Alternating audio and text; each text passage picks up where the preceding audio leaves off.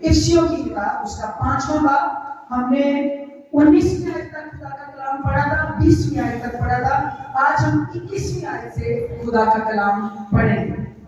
लिखा है, और मसीह के खौफ से एक दूसरे के ताबे रहो।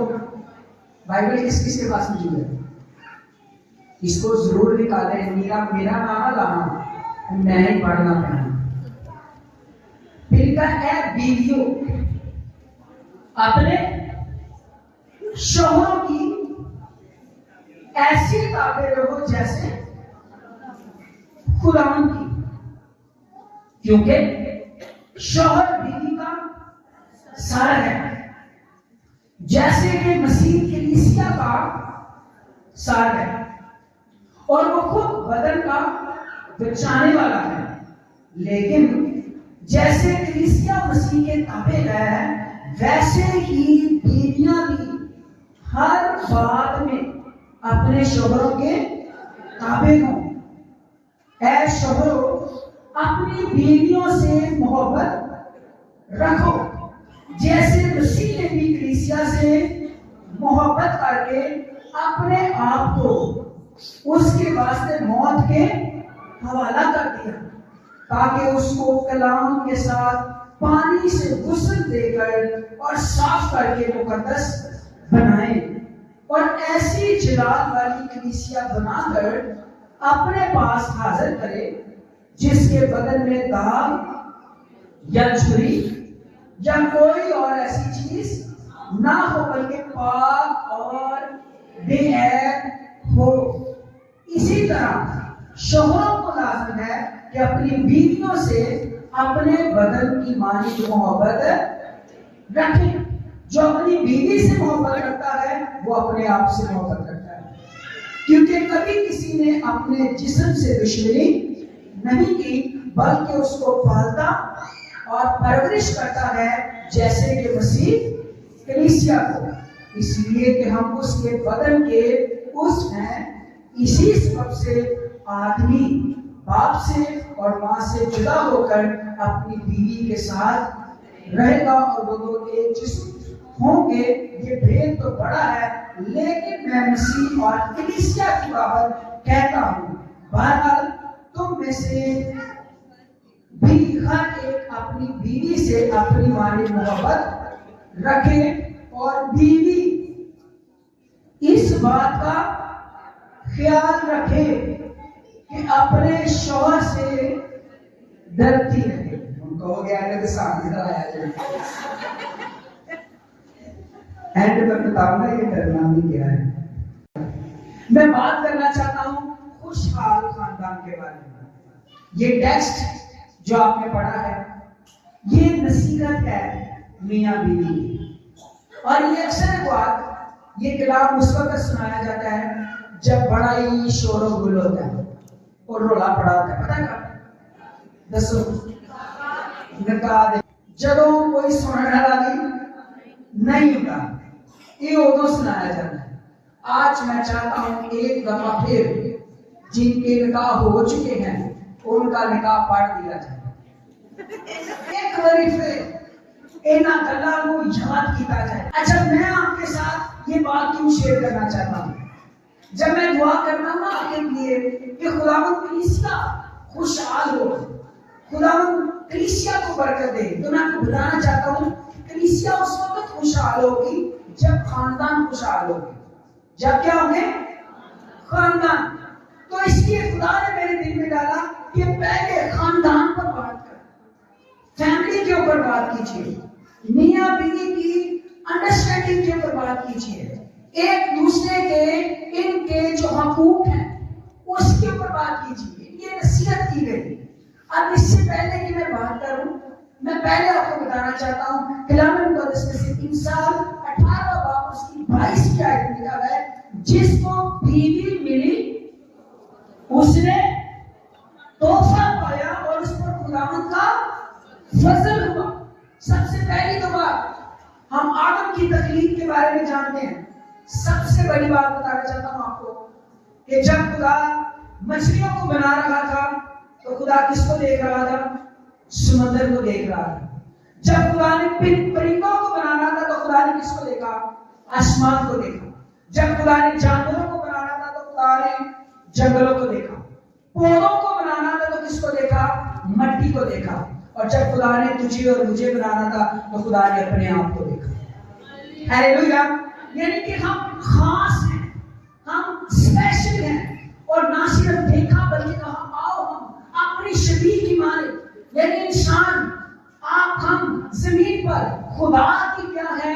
नुमाइंदगी है। खुदा की क्या है? नुमाइंदगी।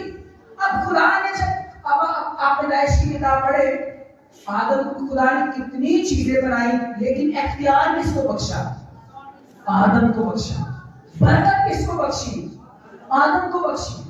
उसको इख्तियार दिया, तुमने सारी चीजों को क्या रखना है? कंट्रोल में रखना है। अब जब खुदा खलक करता है, खुदा ने उनको बरकत दी। खुदा बरकत देना चाहता है, फलो फड़ो, जमीन को महफूज करो। ये ब्लेसिंग थी, बरकत थी। कुल जानवरों के ऊपर तुम्हारा क्या होगा? इख्तियार होगा। बड़ी बड़ी चीजें हैं जो इंसान की क्या है? इख्तियार में है। अगर आप नया नामा यीशु की खिदमत के बारे में जानते हैं तो यीशु मसीह ने पहला मौजज़ा किसमें दिखाया था? शादी की ज़ियाफत में। वो क्या था? खानदान, एक नया खानदान बन रहा था। खुदावंद यीशु मसीह ने पहला मौजज़ा भी एक नए खानदान जब वो जुड़ रहा था तब दिखाया। और फिर अगर आप सलीब पर यीशु की खिदमत के आखिर पर देखें, तब भी वो अपनी खानदानी खिदमत को भूला नहीं। उसने अपनी माँ की कफारत का क्या किया? बंदोबस्त किया। यानी बाप खानदान में इंटरेस्टेड है, यीशु भी खानदान में इंटरेस्टेड है। यहाँ तक कि जब सामरी औरत को खुदा ने चुना था खिदमत के लिए, तो उनके नाम की सवाल की किया गया था। अरे बताइए क्या किया था? तेरा शौहर किधर है? सवाल। यानी खुदावन खानदान में क्या है? इंटरेस्टेड है। अब खुदा खानदान को ब्लेस करना चाहता है, बरकत देना चाहता है।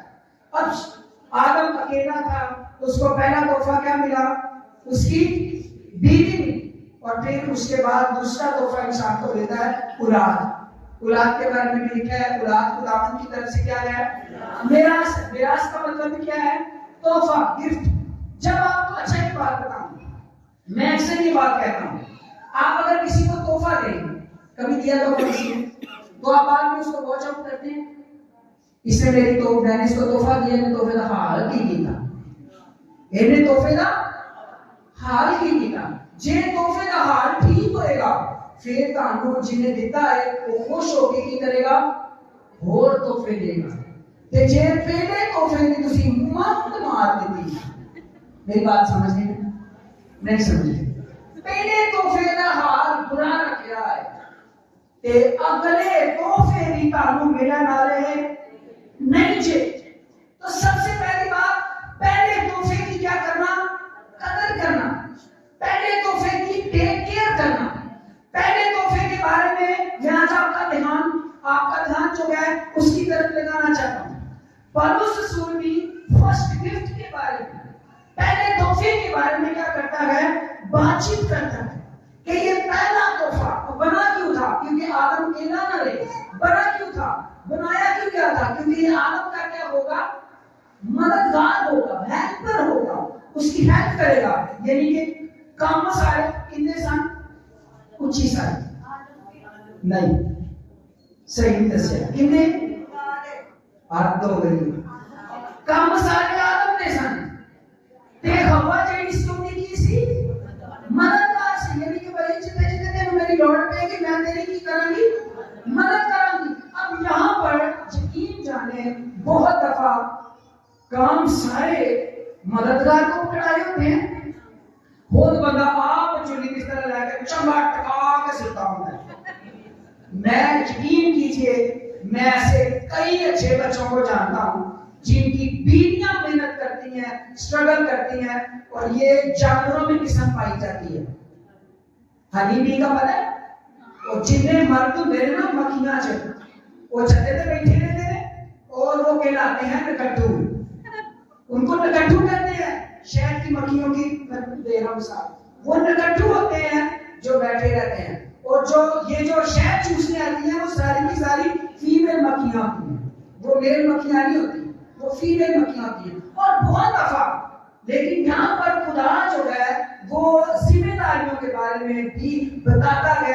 रिस्पॉन्सिबिलिटीज, जिम्मेदारियां जो है वो मर्द की है और औरत जो है वो उसकी क्या है, हेल्पर है, मददगार है।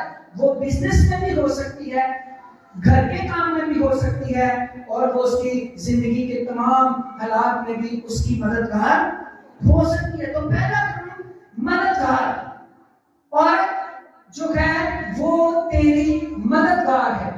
और इसके बारे में तो ये भी कहा गया कि नाजुक सर्फ जानकर उसकी क्या कर, नाजुक सर्फ कैसी कर, मददगार ने पाया होना ते आप भी कोई काम भी नहीं करना। अच्छा, कई अच्छे मर्द में ना वो आप ही जाते ने कमान, वो तो 10,000 महीने का या 5,000 या जो कोई ले आके अपनी बीवी को फड़ा देते।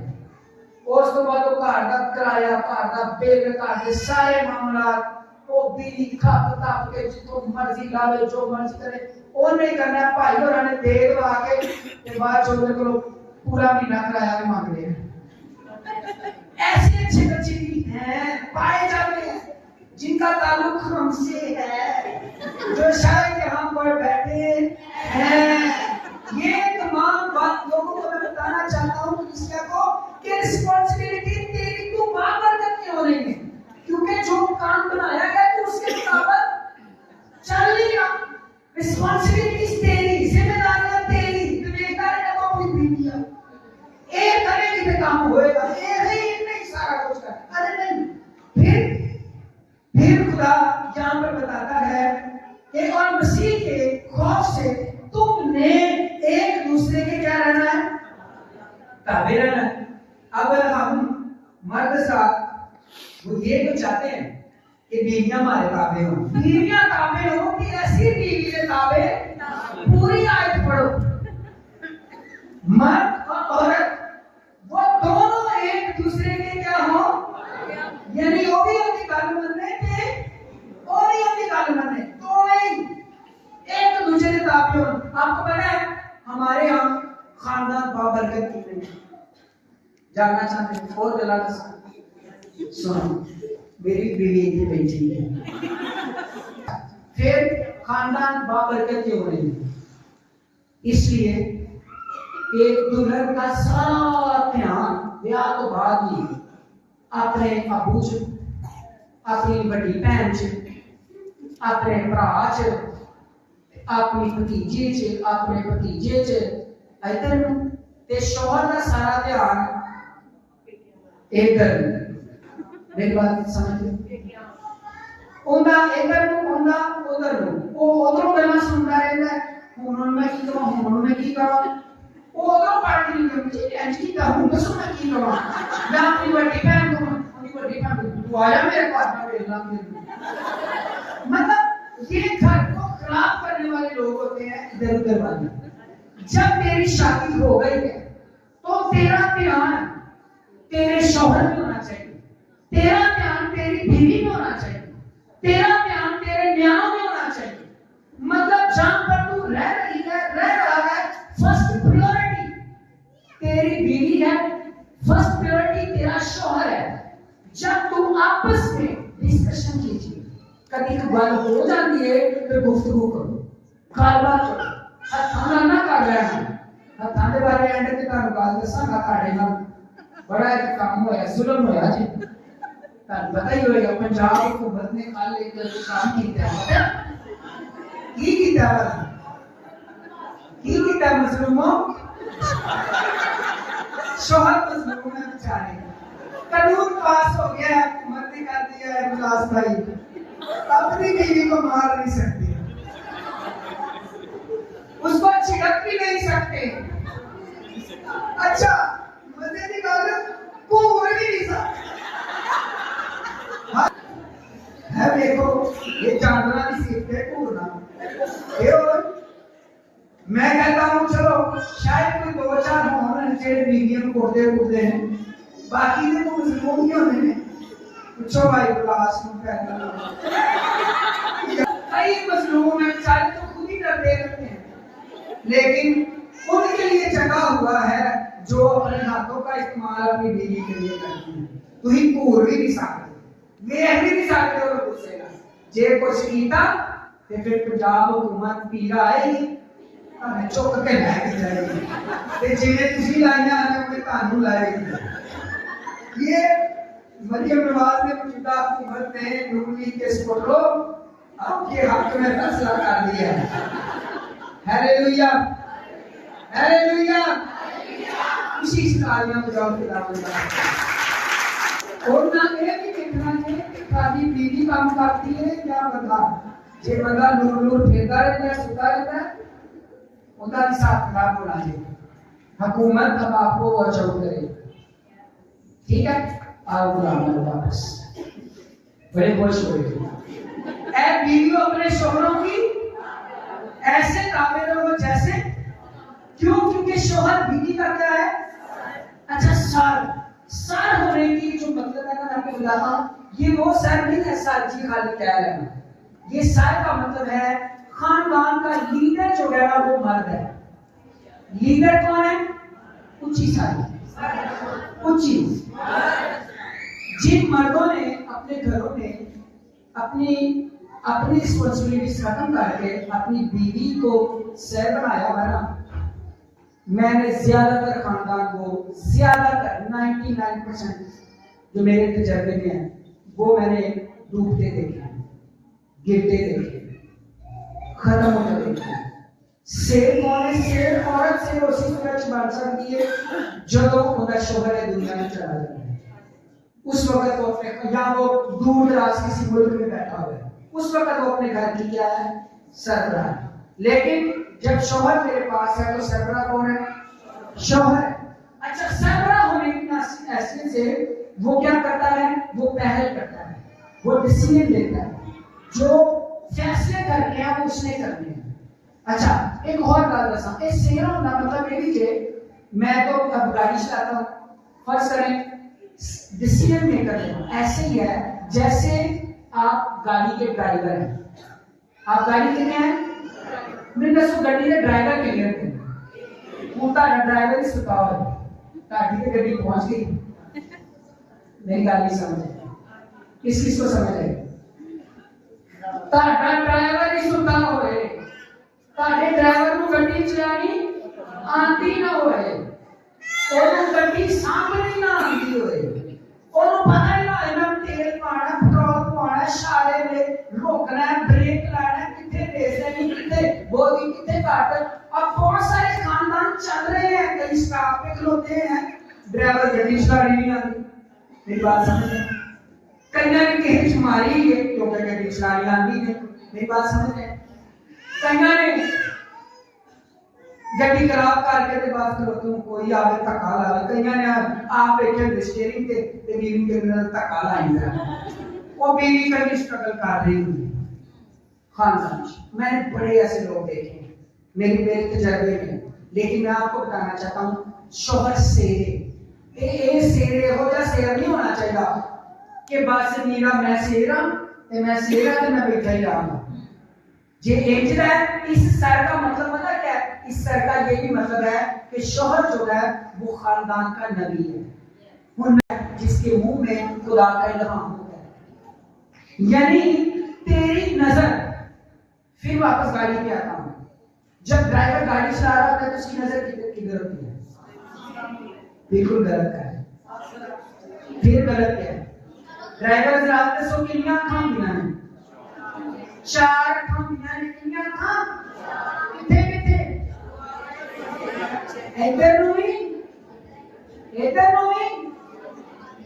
ते सामने शीशा जो लगा रहता है, पीछे नुई थे। तेरा खानदान चल रहा है, तू ड्राइवर है अपने खानदान का, तू सर है, तू हालात को देख रहा है। मेरे दाहिने हालात क्या है मेरे खानदान के लिए, मेरे बाएं हालात क्या है मेरी फैमिली के लिए, पीछे हालात क्या है। अब मैंने अपनी फैमिली को आगे लेकर जाना है, आगे हालात क्या है? वो ड्राइवर कामयाब होता है जिन्हें शीशे पूरे हो, क्योंकि वो नबी है अपने खानदान का, वो रसूल है अपने खानदान का। ये फैमिली का पास्टर है, अपनी फैमिली का क्या है? उसी सारे मर्दों अपनी अपनी फैमिली के पादरी जे, पास्टर जे, काहिन जे, रसूल जे, नबी जे। अब आप अपनी फैमिली के काहिन हैं, पास्टर हैं, नबी हैं, रसूल हैं, तो आप कैसे हैं? मेरी बात समझ नहीं है? आपको अपने खानदान के लिए इल्हाम बोलना है, बरकत बोलनी है, बीवी को शौक गालियां नहीं देनी।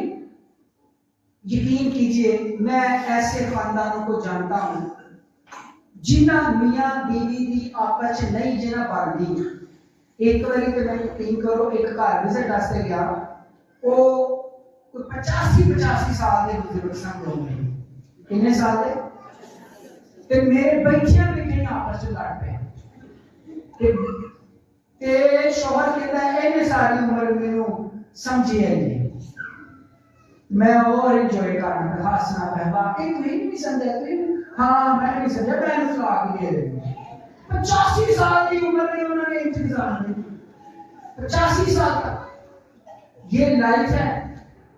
जिन्नी छेती एक दूसरे को बाबरकत तरीके ना कबूल कर लोगे, बाबरकत होगी जिंदगी। जिन्नी जल्दी हो सकता है एक दूसरे को शौहर के बीवी दिलों कबूल करो, मोहब्बत करो। जे तुसी सारा टाइम अपनी बीवी के शक करके उनको टकी रखना है, या बीवी ने शौहर के शक काटे को शक करके नौबत क्यों आने दे? एक इसका मतलब होता है आपको एक दूसरे से मोहब्बत नहीं है, पता है? शक वहम इतना मतलब है कि ताकि एक दूसरे की मोहब्बत नहीं, अंडरस्टैंडिंग नहीं है, तो फिर उसके लिए क्या करना पड़ेगा? उसके लिए आपको खुदा के पास दोनों को आना पड़ेगा। जब आप दोनों मिलकर खुदा की हज़ूरी में बैठोगे ना, फिर आपके शक दूर हो जाएंगे। एक और आपको बताना चाहता हूँ, मोबाइल फोन घर में किस किस के पास है? शौहर का वखरा होता है, बीवी का वखरा होता है कि नहीं? दसो, दोनों का पासवर्ड एक लगाए, पासवर्ड एक लगाए। जब आप पासवर्ड चेंज करते हैं अपनी बीवी से छुपाने के लिए, या बीवी चेंज करती है शौहर से छुपाने के लिए, उस वक्त ही काम खराब होता है, शक पैदा कर। हमारे घर में 2 फोन है, उन दोनों पे गूगल एक लगा हुआ है, आईडी सेम है। मैं अपने फोन से नंबर सेव कर रहा हूँ, मेरी बीवी के फोन से हो जाता है, वो अपने फोन से कर दियो, मेरे फोन से ऑटोमेटिकली हो जाता है। हमारा एक फोन गुम भी जाए, मेरा सारा डाटा उन्हें फोन की, हम एक दूसरे को बैकअप देते हैं, एक दूसरे को बैकअप दीजिए, एक दूसरे की कुव्वत बननी है, एक दूसरे की ताकत बननी है। आपको पता है जिन खानदानों में मियां बीवी लड़ते हैं उनमें नुकसान किसका होता है? बच्चों, बच्चे जो है वो इस तरह से महरूमी का शिकार होते हैं, क्योंकि माँ एक चली जाती है लाड लगा के, वो शौहर जो है वो अपना लाड लगा के नशा करता रहता है, या कोई मामला बिजी रहता है। तो होता क्या है, वो जो आपके बच्चे हैं, आप फिर क्या कर क्या रहे हैं? आपने पहले तोहफे को खराब किया, फिर आपने अगले तोहफे जो मिल रहे हैं आप उनको क्या कर रहे हैं? तुसी कितों बरकत है रखो, तो जो मर्जी कर लो, जब तक आपने पहला तोहफा दूसरा तोहफा औलाद उनकी कदर नहीं की, उनकी रिस्पेक्ट नहीं की, उनकी ऑनर नहीं की, उनको दिल से कबूल नहीं किया, उनके बारे में सोचा नहीं है, अगले तोहफे तानू मिलने वाले नहीं। फिर एक और बात बता, अक्सर बात हमारा लाइफस्टाइल पता क्या होता है? जे बेटियां को ब्याह आ गया ते महीना उधर बिजी रहना चाहिए, इधर आ गया तो इधर बिजी रहना। नुकसान किसका है? बच्चों का। अब खुदा जो है वो सर के बारे, सर कौन है? शौहर। डिसीजन लो, लेकिन डिसीजन लेने से पहले तुम तैयार भी हो। अब हम क्या करते हैं, इसी चक्कर में अपने लड़कों को ना बगैर कलाम के बड़ा कर लेते हैं। बगैर कलाम के मतलब वो चर्च नहीं आता, कहने का ब्याह मेरा कर लेना, जी चर्च जाती है तो उन्हें रोक लेगा चर्च का। हाँ, ये ਉਹਨੂੰ ਵੀ ਰੋਕ ਲੇਗਾ यानी ਸਾਡਾ तो उन्हें देगा ही है जिस सही तो नहीं खराब करेगा मां बाप का लाइफस्टाइल होता है या ਜਿਹੜਾ ਪੂਰਾ ਵਾਰਾਗਰਦੀ ਕਰਦਾ ਹੈ ਚਲੋ ਇਹਦਾ ਕਰ ਦਿੰਦੇ ਆ ਇਹ ਹੁਣ ठीक हो जाएगा ठीक ही होएगा ना ਉਹਨੂੰ भी खराब करेगा यकीन जाने ये मामला है अपने बच्चों को जब आप बगैर यीशु के खासकर मुंडिया को कार चलाना सिखाओ उन्हें बट्टू मंटू ना रखो मेरी बात समझ आई कि नहीं बट्टू काका मुना चुना पीना ये ना रखो उन्होंने लीडर बनना है उन्होंने सरबराह बनना है उन्होंने खानदान कायम करना है और ये रिस्पांसिबिलिटी पेरेंट्स की होती है फिर वो जड़ी नो भी आ गए उनके अंदर ऐसे तो वो कटे आओ डाल के आप उनकी करिए गाल के कटी है तो का सानू ये ने बड़ा सताया सी वो कह रहा हूं चंगी है कि तीनों सताया ही ना तीनों भी सता ना ला लिया ये लड़का लीडर है इसने सिर बनना है इसने खानदान को चलाना है इसने फैमिली को चलाना है इसने जिम्मेदारियां संभालनी है इसलिए हमारे पंजाब में ना एक कहावत है शायद आपको अच्छी लगे सोने का नाला तोड़ देखो शेर की आंख से है कहावत के नहीं वो ऐसी कर रही कि तुसी मोहब्बत राजी के करो लेकिन तरबियत कॉम्प्रोमाइज इसलिए कि उसने लीडर बनना है उसने शेर बनना है उसको शेर बनाओ कि तू शेर है तूने फैसले लेने हैं तूने अपनी बीवी अपने बच्चे अपने खानदान चलाने हैं पता है कमजोर खानदान कौन सा होता है जिन्हें शेर थे कहोगे बात कोई और भाइयों का कोई नहीं कमजोर खानदान वो है जो अपने डिसीजन खुद नहीं लेता कमजोर खानदान वो है जिसका बाप कमजोर था उसने बच्चे की तरबियत सही नहीं की सब कुछ ऊपर से आता है सब कुछ कहां से आता है उत्ते आला उंची ते थल्ले आला भी उंची ਹੁੰਦਾ है यकीन कीजिए इसलिए बच्चों की ऐसे तरबियत करें उसे सर बनना है क्योंकि सर कौन है शौहर अब बीवी ने शौहर के पीछे चलना है उसको ड्राइविंग सीट पर बिठा दिया उन भाई और हम कार चलाना नहीं आता कई बीवियां फिर स्ट्रगल करती हैं खानदान स्ट्रगल करते हैं मैं ऐसे बच्चों को जानता हूं कितने बड़े बच्चे हो गए जमन पर्चियां नहीं करनी कितने बड़े बच्चे हो गए स्कूल एक भी नहीं जाना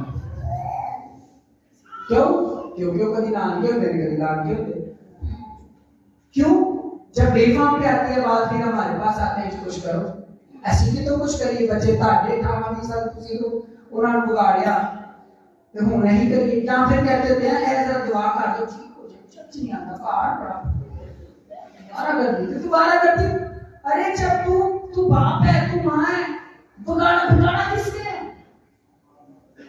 तुम तो बिगाड़ रही हो और तूने बिगाड़ा है क्योंकि तू साल है तूने बिगाड़ा तू क्या है सर है तेरा काम था उसको डील करना तेरा काम था उसको डील करना तू शेर है तू पैर ना बांध तू अड्डी ना बांध तेरे को साथ ऐसे शेर लिखा जाएगा नहीं समझ आई शिदाब भाई की मैं कह रहा तेरे को हिसाब ऐसे शेर लिखा जाएगा ऐसे लीडर लिखा जाएगा कि तू इन्हां दी तरबियत नहीं की तू जितने मर्जी लोग का तेरे सिर पर पड़या जाएगा कि तू अपने बच्चों को किवें डील कीता है और बीवियों को कहना चाहता हूं तुसी शेर ना बनने की कोशिश करें तुसी ताबेदारी करनी ठीक है और वो खुद बदल का क्या है बचाने वाला अब यहाँ पर ये लिखा है कि मसीह ने अपने वास्ते मसीह की मिसाल देती गई है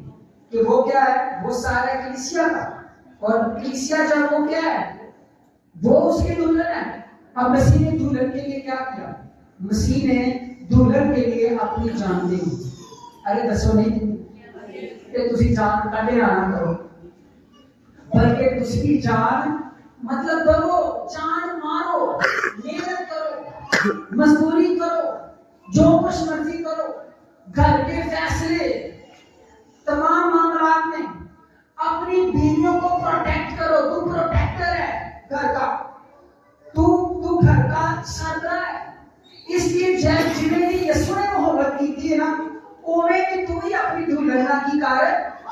मुहब्बत करते हैं। यीशु ने हमें भी दी थी कि और तस्वीर पे जान भी दे दी अपनी दुल्हन से। हालेलुया।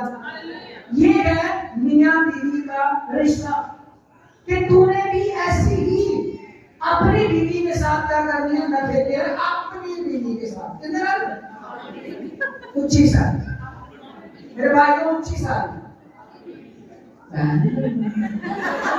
ओ भाई अपनी बीवी ऊंची हो,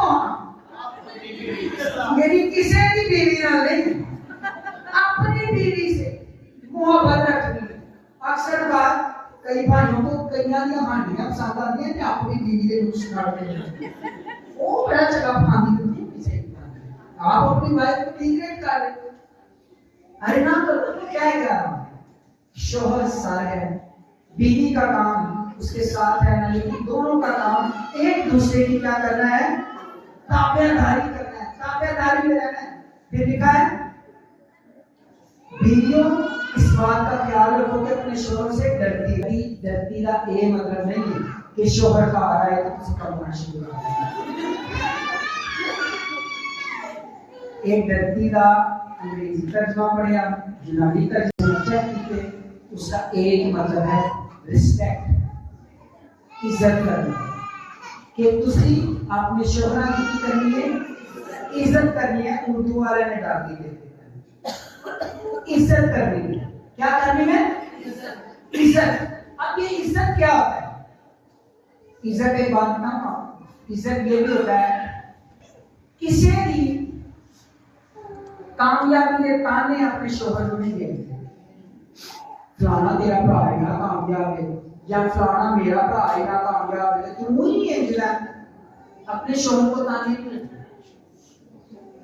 या किसी वेले जो बीमार है या जो कुछ कर नहीं सकता, कोई खो गए ने हालात खराब, या किसी वक्त ऐसा भी होता है कि गलत फैसले शोहर कर देते हैं, कोई पैसे हो गए कि फंस जाते हैं या कोई मामला होते हैं, मेरे नाल ही होता है, कोई गलबात हो जाती है ते अपने शोहर की इज्जत करो, उनकी बेइज्जती ना करो, उनकी इंसल्ट ना करो। एक बात सच बताऊं, शोहर जरा अपना हाथ दिखाओ, सब तो ताने पूरे दिन लाते हैं, दसो महीने बीवी के पैसे लाते हैं, बाकी बंदा सारा ही समझ लेता है। जो बीवी का करती ना वो तो बड़ा बुरा लगता है कि नहीं। इस करो तुसी अपने शोहरा की करनी है, इज्जत करनी, उन्होंने ताबेदारी करनी, शोहर को शोहर का काम कर दो ते शोहर तुसी भी अपने खानदान फैमिली बच्चों को संभो ते खानदान जो तुसी रन कर देते हो ते ताड़ा ध्यान जिने गड्डी के चार शीशे बहने भी होए, मेरा खानदान मैं चला रहा हूँ, ये गाड़ी है, मेरे बच्चे तरक्की कर रहे हैं, लेकिन मैं अपने बच्चों के एक मंजिल की जान के लिए मैं हर रोज सुबह 6 बजे से पहले उठता हूँ। सुबह हमारा वो बच्चों का जो स्कूल है 17 किलोमीटर दूर है। कितने किलोमीटर? 17 किलोमीटर एक साइड का सफर है। 17 किलोमीटर रोज जाके जाना, आधा दिन होना है। घर में मेरी बीवी 4-5 घंटे तो हम पढ़ाने, हम क्या करते हैं, हम एक गाड़ी लेके चल रहे हैं, मुझे पता है ये 5-7 साल अगर मैं उसको लेके जाऊंगा तो वो तरक्की करेगा, अगर मैं नहीं लेके जाऊंगा तो वो तरक्की। ये गाड़ी है। आप स्पिरिचुअली क्या कर रहे हैं अपनी फैमिली के लिए, आप फाइनेंशियली क्या कर रहे हैं अपनी फैमिली के लिए। एक ड्यूटी ना पूरी नहीं ना पै रही, मैं सच कहूंगा पंजाबी गल करा, 2 ड्यूटियां करो, हाथ ढीले ना करो। एक बंदे मैं क्या उनका घर का हालात खराब, मैं भाई 2 ड्यूटियां कर लो, उनकी बीवी हाथ नहीं है जाते हाथ नहीं हुए एक जानू अपने घर च नुकसान किया। हाँ जी, जेडे जानवर के हाथ भी होंगे ने वो जानू घर च भी होंगे ने। यकीन करें, 2 ड्यूटी करे, 3 करे, जो कुछ मर्जी करो, अपना ध्यान दुनिया की जानिब नहीं। अपनी बीवी की तरफ, अपने बच्चों की तरफ, अपने खानदान की तरफ लगाओ। उनको चेक करो, आप उनको कैसे कर रहे, क्या काम कर रहे हो, क्या चल क्या रहा है आपके घर में, खानदान में, फैमिली में, लुक आफ्टर करो। फिर तू शेर बन, अपने घर डिसीजन ले।